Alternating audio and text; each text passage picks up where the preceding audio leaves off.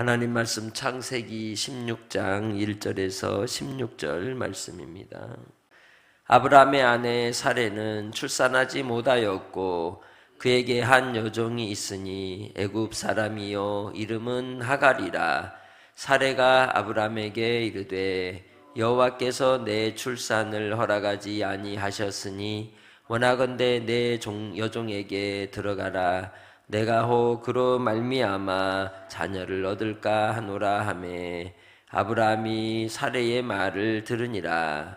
아브라함의 아내 사레가 그 여종 애굽 사람 하갈을 데려다가 그 남편 아브라함에게 첩으로 준 때는 아브라함이 가나안 땅에 거주한 지 10년 후였더라. 아브라함이 하갈과 동침하였더니 하갈이 임신함에 그가 자기의 임신함을 알고 그의 여주인을 멸시한지라.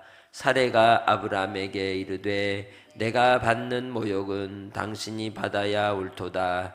내가 나의 여종을 당신의 품에 두었거늘 그가 자기의 임신함을 알고 나를 멸시하니 당신과 나 사이에 여호와께서 판단하시기를 원하노라.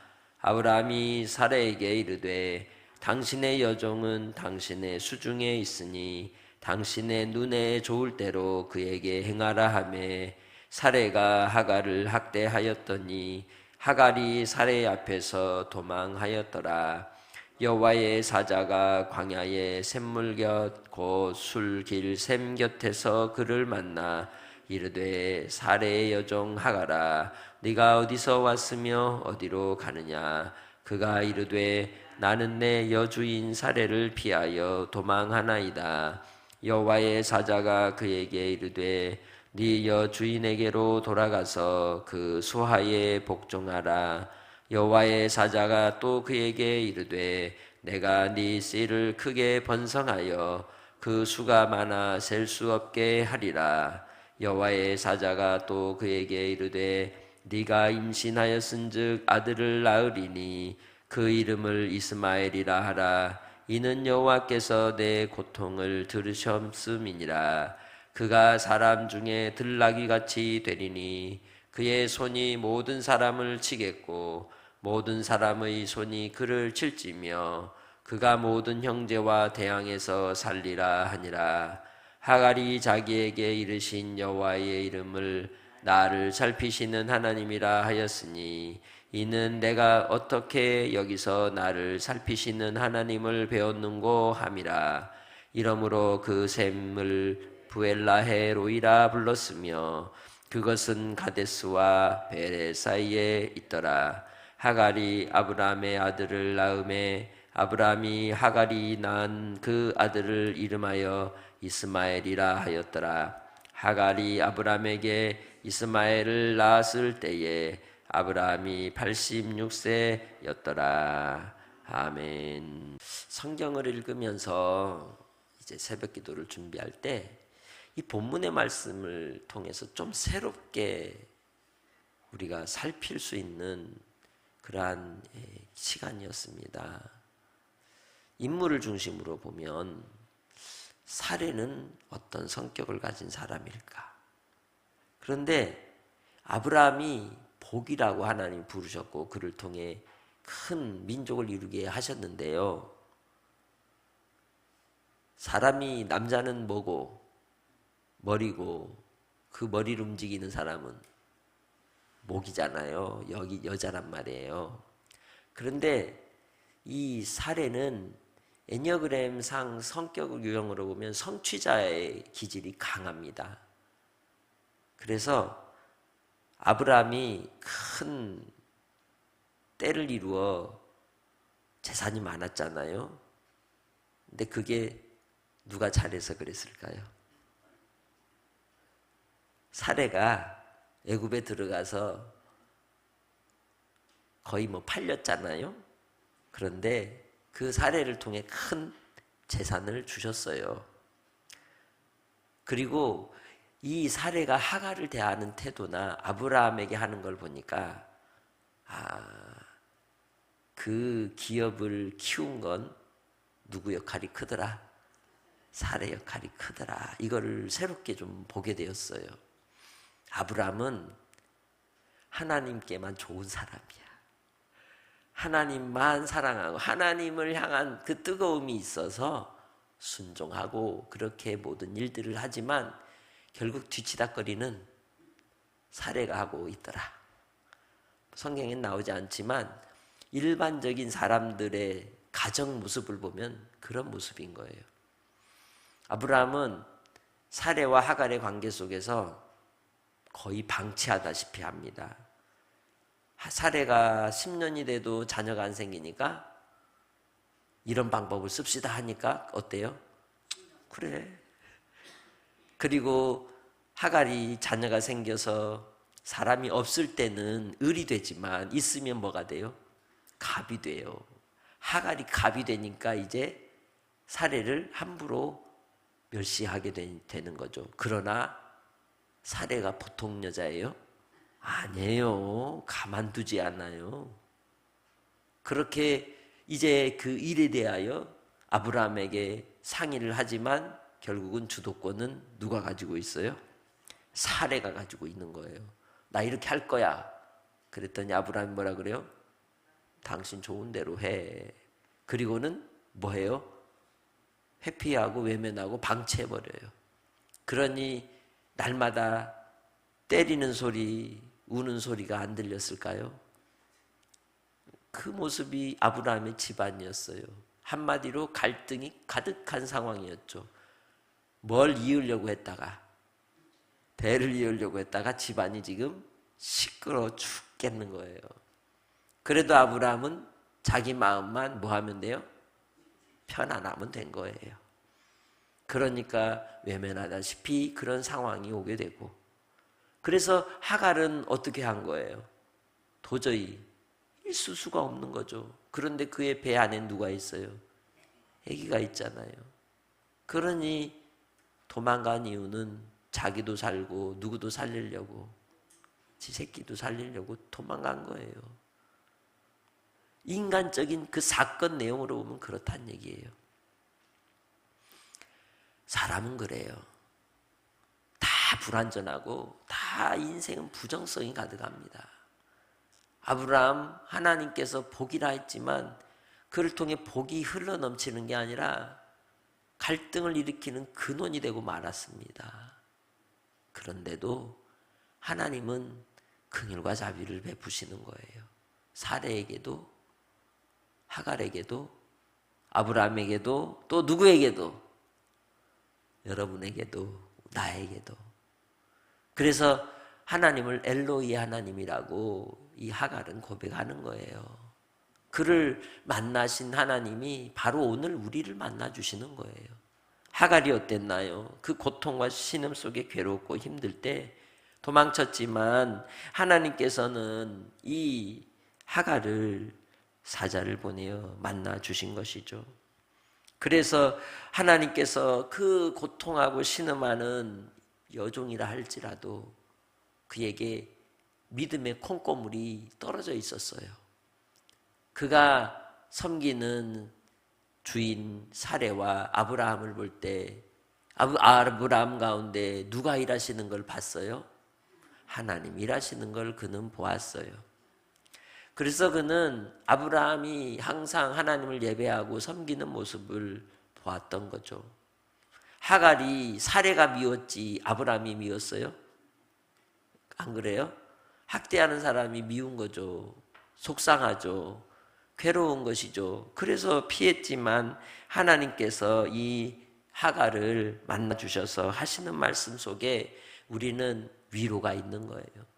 사람에게는 위로받을 수 있나요? 그렇지 않아요. 그것은 일부입니다. 그러나 말씀과 주의 은혜와 임재하심은 우리에게 위로가 되는 거예요. 그가 광야의 샘물겨 술길 샘 곁에 있을 때 여호와의 사자가 나타나서 말합니다.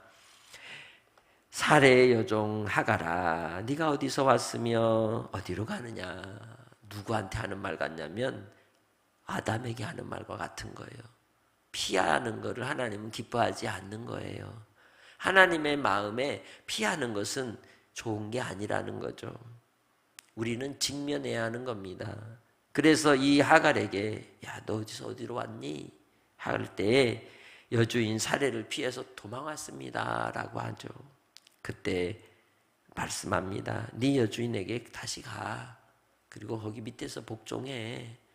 그게 인생이야. 그게 괴롭고 힘들지만 누가 하신다? 하나님이 하시는 거야. 그 모습이 너에게는 없는 줄 아니? 너의 교만함이 그 이유가 되지 않았느냐 깨닫게 하시는 거죠. 그래서 하나님께서 그에게 주시는 그 위로는 너의 태중에 있는 아이를 통해 복이 될 거라고 얘기하는 거예요. 그 복은 누구로부터 기원했느냐? 아브라함에게서 가는 거예요. 여러분은 예수님을 믿죠? 여러분은 복의 사람이죠?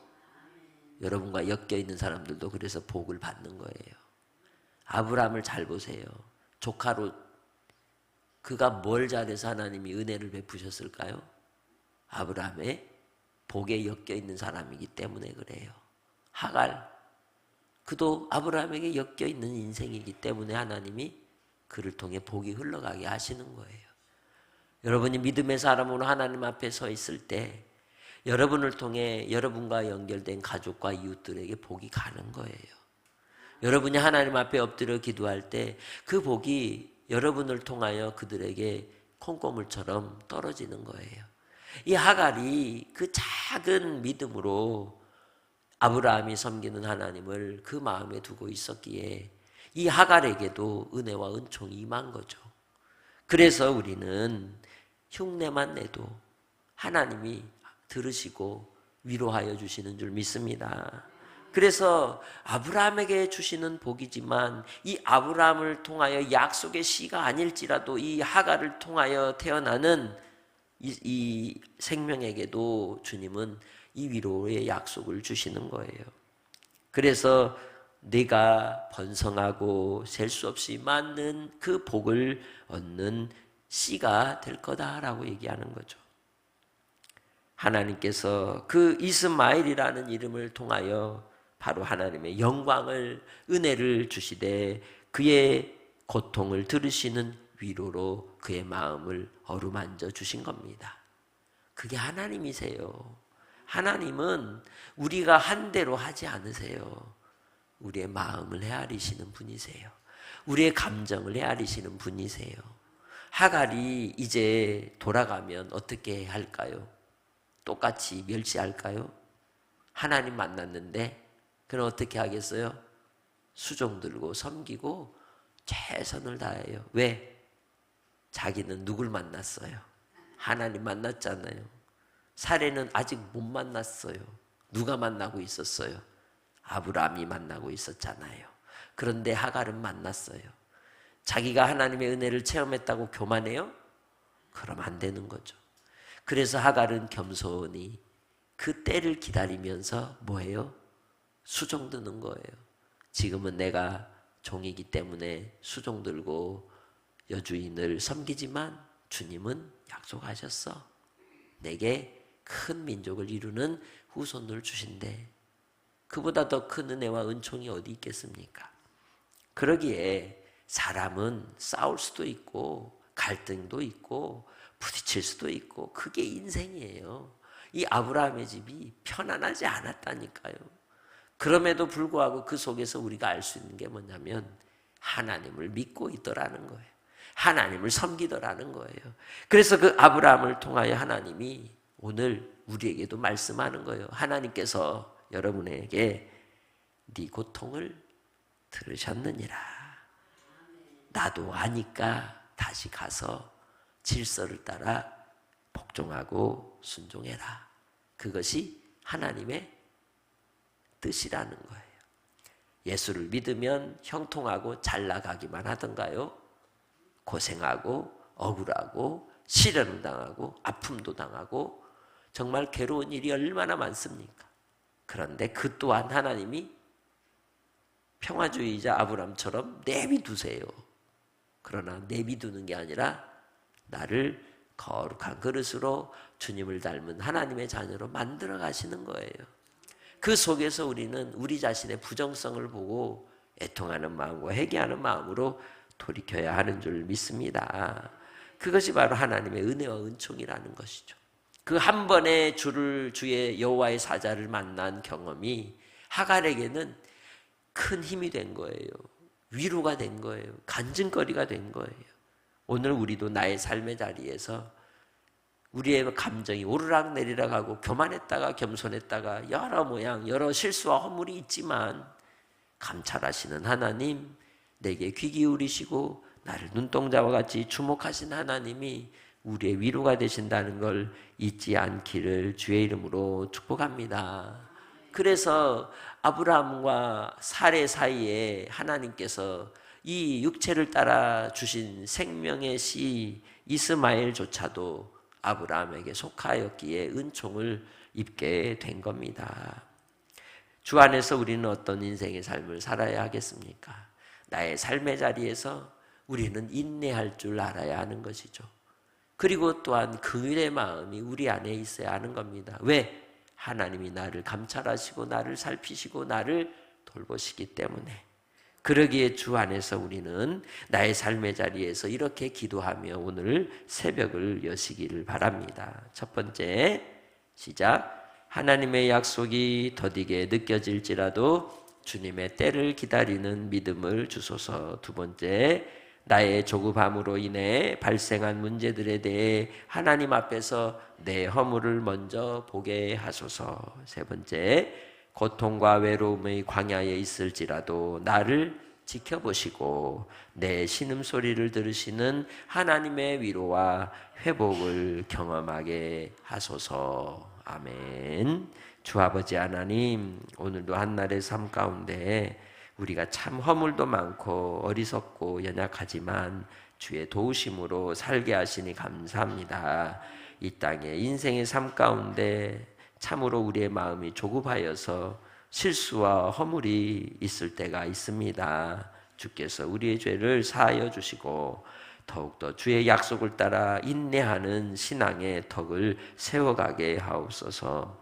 나의 삶이 외로울지라도 고통 가운데 있어도 주님은 나를 아시고 내 신음소리를 들으시는 주이심을 압니다.